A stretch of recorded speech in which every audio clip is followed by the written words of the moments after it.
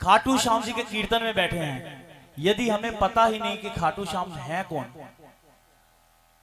वो खाटू श्याम कैसे बने, तो शायद कहीं ना कहीं ये हमारा बैठना व्यर्थ होगा। क्योंकि जब तक कथा नहीं जानोगे वो भाव उत्पन्न नहीं होंगे। देखो, शाम ऐसे ही शाम नहीं बन जाते, कई जन्म लगते हैं। मैं गलत ना हो सकता है लाखों भी हो, बहुत जन्म लगते हैं, कितनी तपस्या लगती है, और हर जन्म में क्या बोलते हैं, तेरे बगैर सांवरिया जिया नहीं जाए, हो तुम आके बाह पकड़ लो, हो तुम आके बाह पकड़ लो, तो कोई बात बने, तेरे बगैर सांवरिया जिया नहीं जाए, तुम आके बाह पकड़ लो, तुम आके बाह पकड़ लो, तो कोई बात बने,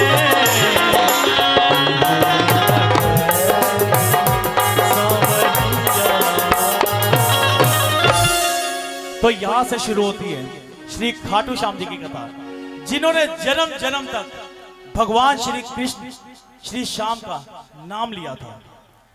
तो कहते श्यामा श्यामा कर दी नी में आपे श्यामा होई, सदो नी मैनू आखो श्यामा मैनू बरबरी की ना आखो कोई। बोले श्याम प्यारे की, तीन बाण धारी की, बोले हारे के सहारे की। आओ सुनाए हो बात से आनी, कैसे बने ये शीश के दानी, क्यों दिया था ये शीश दान में, क्यों कहलाए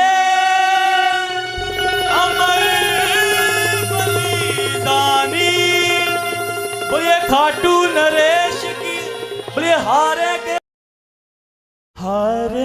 का तू है सहारा सावरे, हमने भी तुझको पुकारा सावरे, हारे का तू है सहारा सावरे, हमने भी तुझको पुकारा सावरे, कहीं और सहा जाए अब और कहाँ जाए, कहीं और सहा जाए अब और कहाँ जाए, हारे का तू है सहारा सावरे, हमने भी तुझको है पुकारा सावरे, हारे का तू है सहारा सावरे।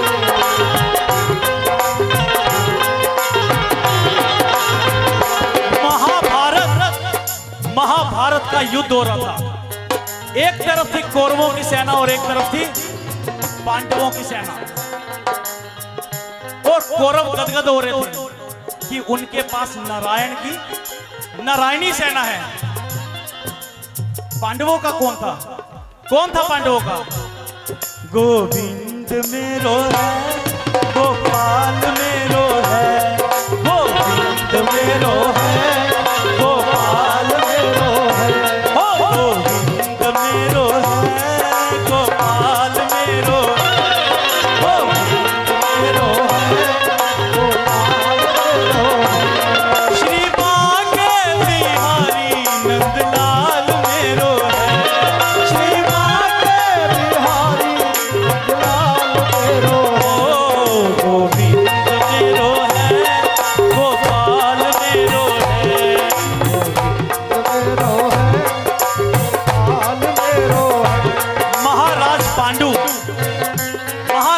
पांडु के 5 पुत्र हुए हैं। उनके मंझले पुत्र थे भीम, महाबली भीम, और उनके पुत्र हुए महाबली घटोत्कच, जिनकी माता का नाम हडिम्बा था, और घटोत्कच जी जिनकी पत्नी का नाम था मोरबी, और उनके एक पुत्र हुए बरबरी बरबरी महाबली बरबरी बरबरी बरबरी महाबली बरबरी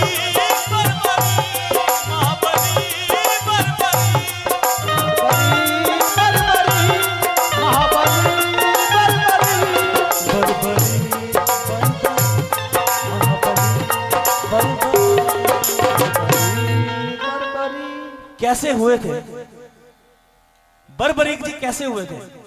घुंघराले बाल थे, जिसके कारण उनका नाम बरबरीक हुआ।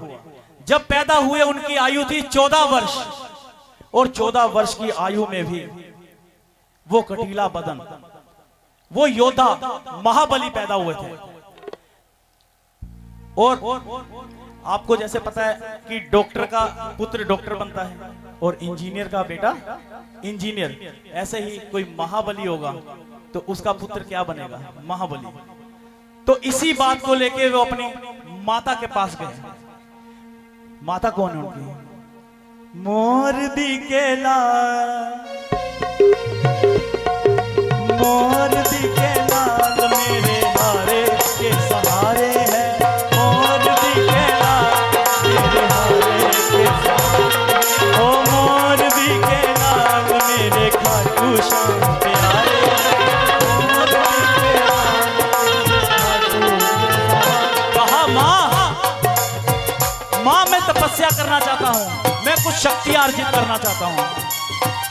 तो माँ क्या बोली कि पुत्र यदि शक्ति लेनी है तो किसी ऐसे वैसे देव से मत लियो, लेनी है तो देवों के देव महादेव से लो, और अकेले महादेव की शक्ति भी कुछ नहीं कर पाएगी। यदि शक्ति लेनी है तो दुर्गा की भी लो। तो निकल पड़े भोले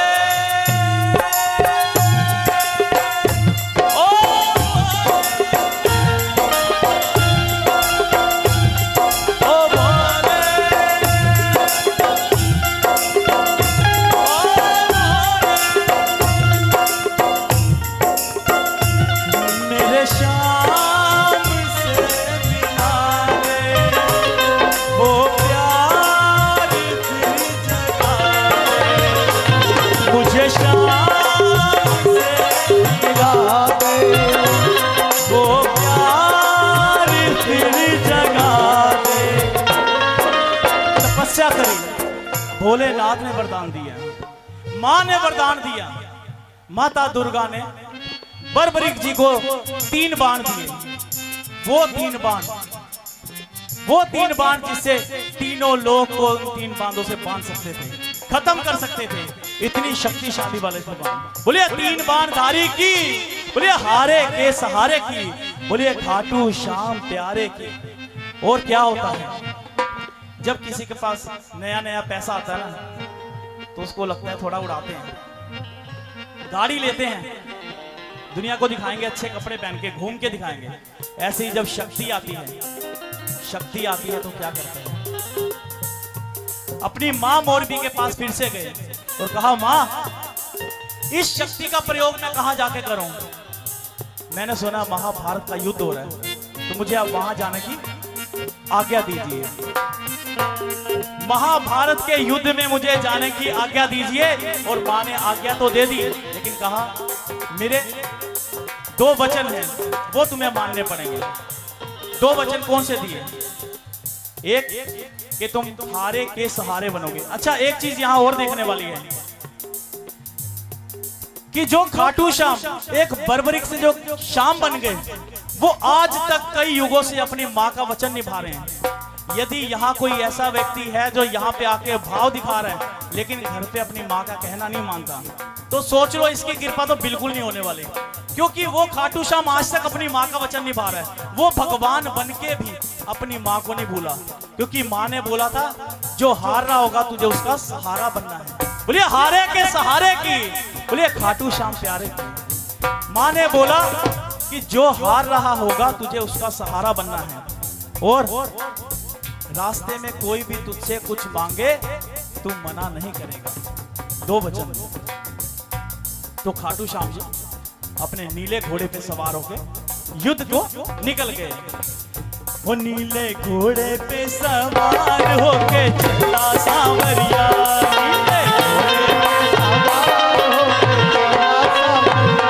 नीले घोड़े पे सवार होके चला सांवरिया, नीले घोड़े पे सवार होके चला सांवरिया, ओ चला सांवरिया, नीले घोड़े पे सवार होके चला सांवरिया, नीले घोड़े पे सवार होके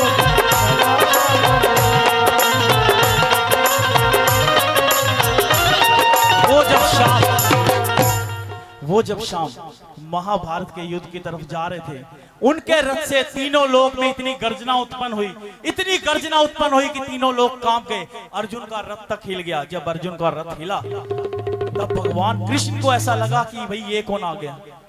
जब उन्होंने अपनी दिव्य दृष्टि से देखा कि भैया ये तो खतरे वाली घंटी है, तो भगवान श्री कृष्ण ब्राह्मण का रूप लेके कहते हैं उनके पास गए।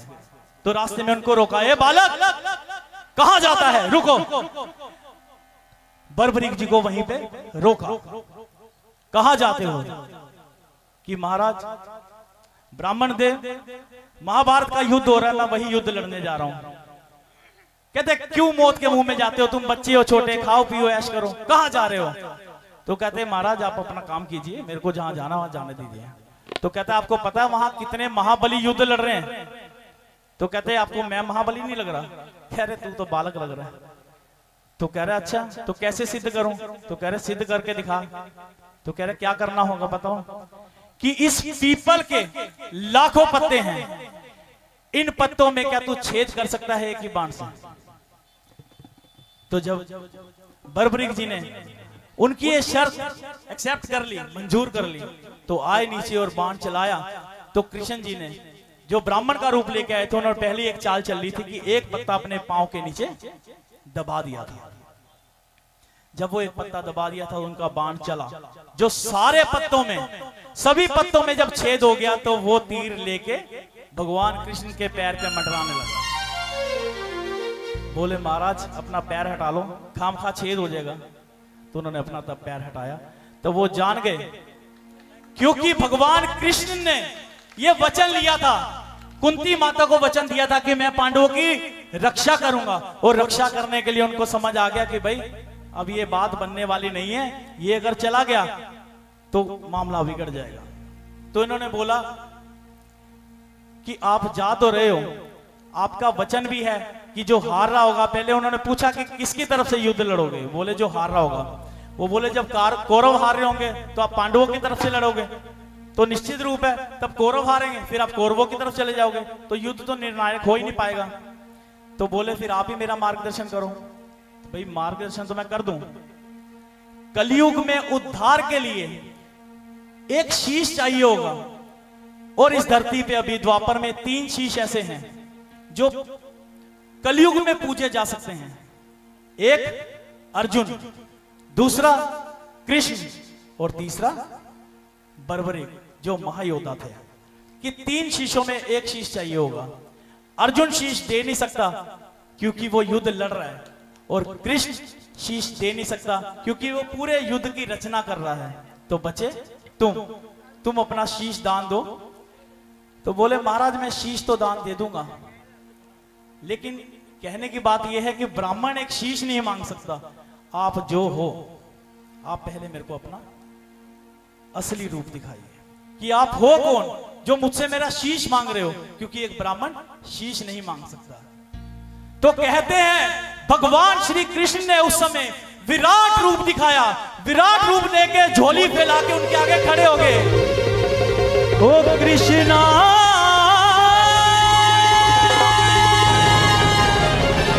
राधे कृष्णा